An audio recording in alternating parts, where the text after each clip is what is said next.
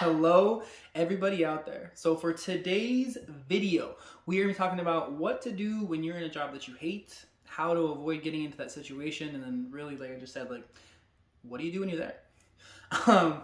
Before we hop into the actual video, if you guys couldn't tell by the channel name, this is the Greater Than Movement. The whole idea of the Greater Than Movement is to help improve 100 million people's lives in a multitude of different ways, whether it's relationships, life, work, school, whatever it may be.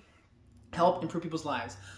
If you guys want to be part of the Greater Than Movement, which I hope that you do, the best way to be a part of it and help me in the process of trying to help 100 million people is to share the content. If you feel like this video will be helpful, if it's helpful for you, think it's helpful for somebody else, if you think the channel in general is helpful, or you just think it's positive or whatever, if you could share with people. Share the channel, tag people in the videos, share the videos, whatever it is, just get more and more of the content out there, more and more of the videos and the advice out there, because ultimately that is going to be the fastest way for people to see it and help, like I said, improve people's lives. If you wanted to like and subscribe, you're more than welcome to. I don't want to ask anybody to because everybody else on YouTube does. I don't want to be like everybody else, and hopefully you don't either. But I will ask you to share because that's great. Okay, so now hopping into the actual video.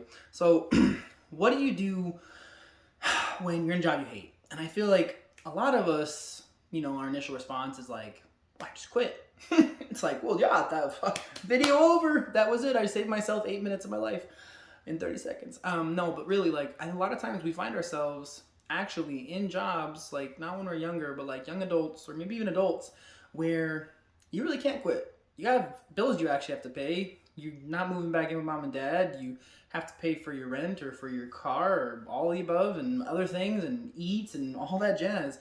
And you can't simply just quit. So what can you do in this situation?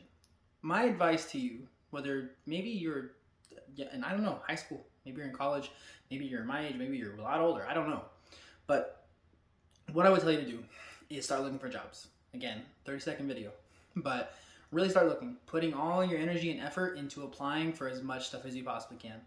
And I guess I would say like the step before that, so maybe I jumped the gun a little bit, is really check your resume out, have maybe 1 or 2 people that you know have professional experience, proofread it, and if they can change it, tweak it, make it sound better, make it look better, maybe even a little better than it actually is, it's not gonna be a bad thing because you need to have a good resume when you're applying. But you need to start putting in as much time as possible, and I know that if you're working a 40 or 50 hour week, it's really hard to find time.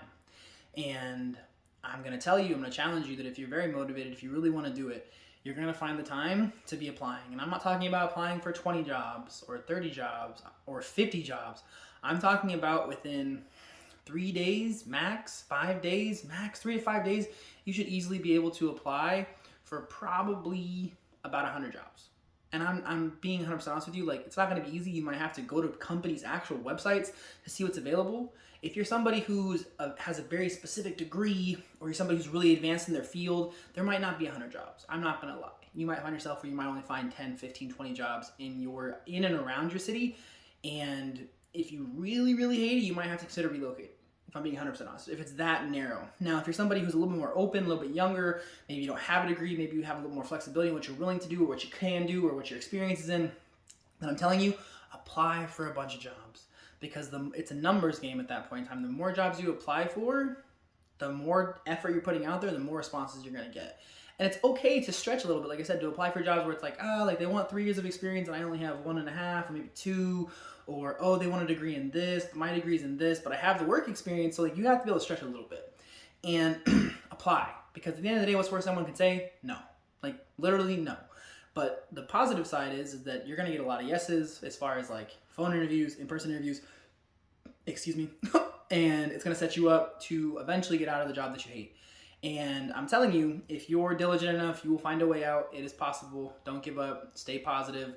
Don't quit your job without finding a new one. Don't get fired. But like I said, I've literally been there, and all you can do is keep applying, keep searching out there, and I promise you will find something. And the best thing is, if I'm being 100% honest, especially when you're younger, if you find another job that's going to pay you comparable, like around the same or maybe just a little bit more, like it's okay if it's not the ideal job, because I'd rather tell you to get that job, quit the job that you actually hate, work this job that's like and eventually, probably within 3 to 6 months, you'll hate this job. So that leads me in to, like, obviously the advice to get out of your situation is literally do what I just said. Get your resume fixed up, have people proofread it, beef it up a little bit maybe, and then apply for a crap ton of jobs. And if you can't apply for a crap ton of jobs, then apply for every single available job out there. Look on companies' websites, like literally do your deep dive. Don't just do Google or Indeed or all the other websites you can use.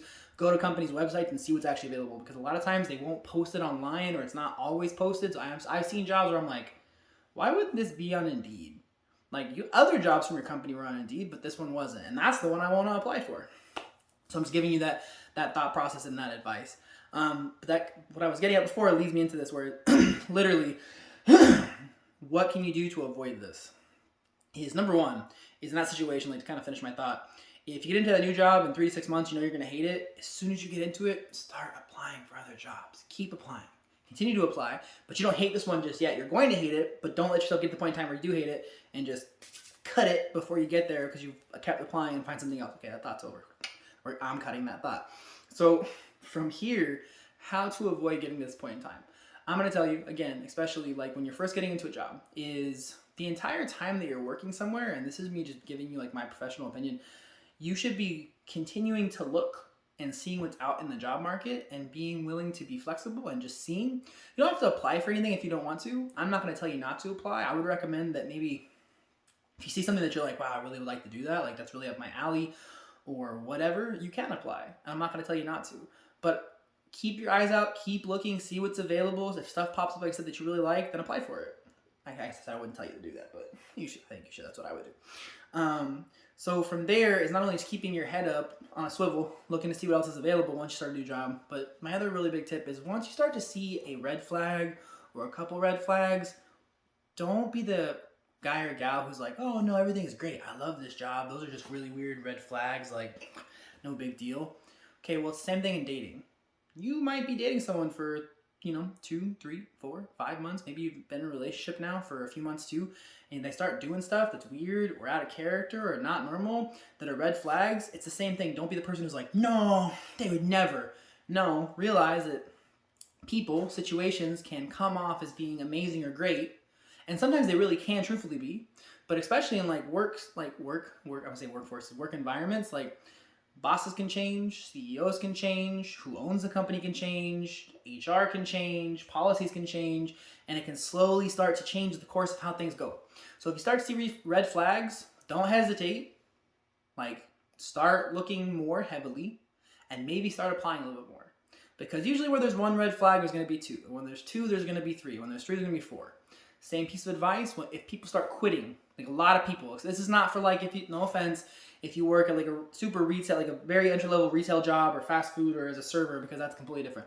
If you're working at like a mid-entry level job and above, if a bunch of people start turning over or bosses start turning over and quitting or getting fired and like weird stuff like that starts happening, same thing, red flag.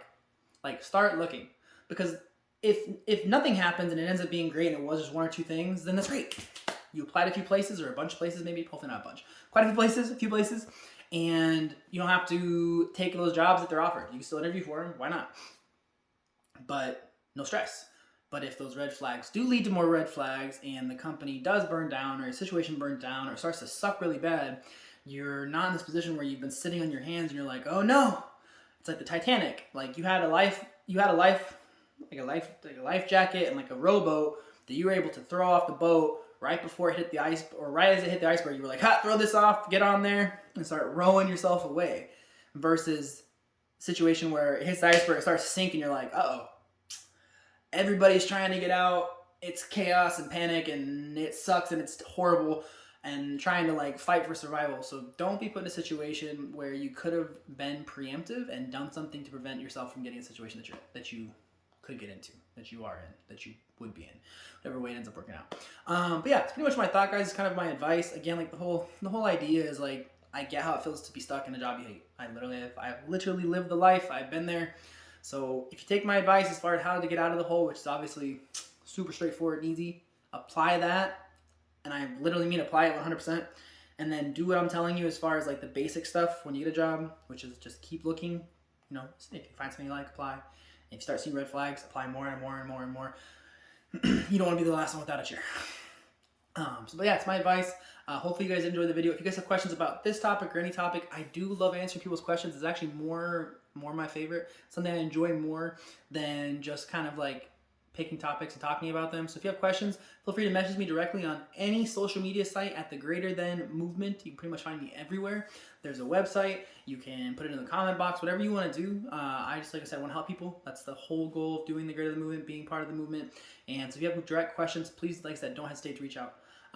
Yeah, but hope you guys have a blessed night. Stay healthy, stay safe, and remember, above all, be greater than. Talk to you guys soon. Bye.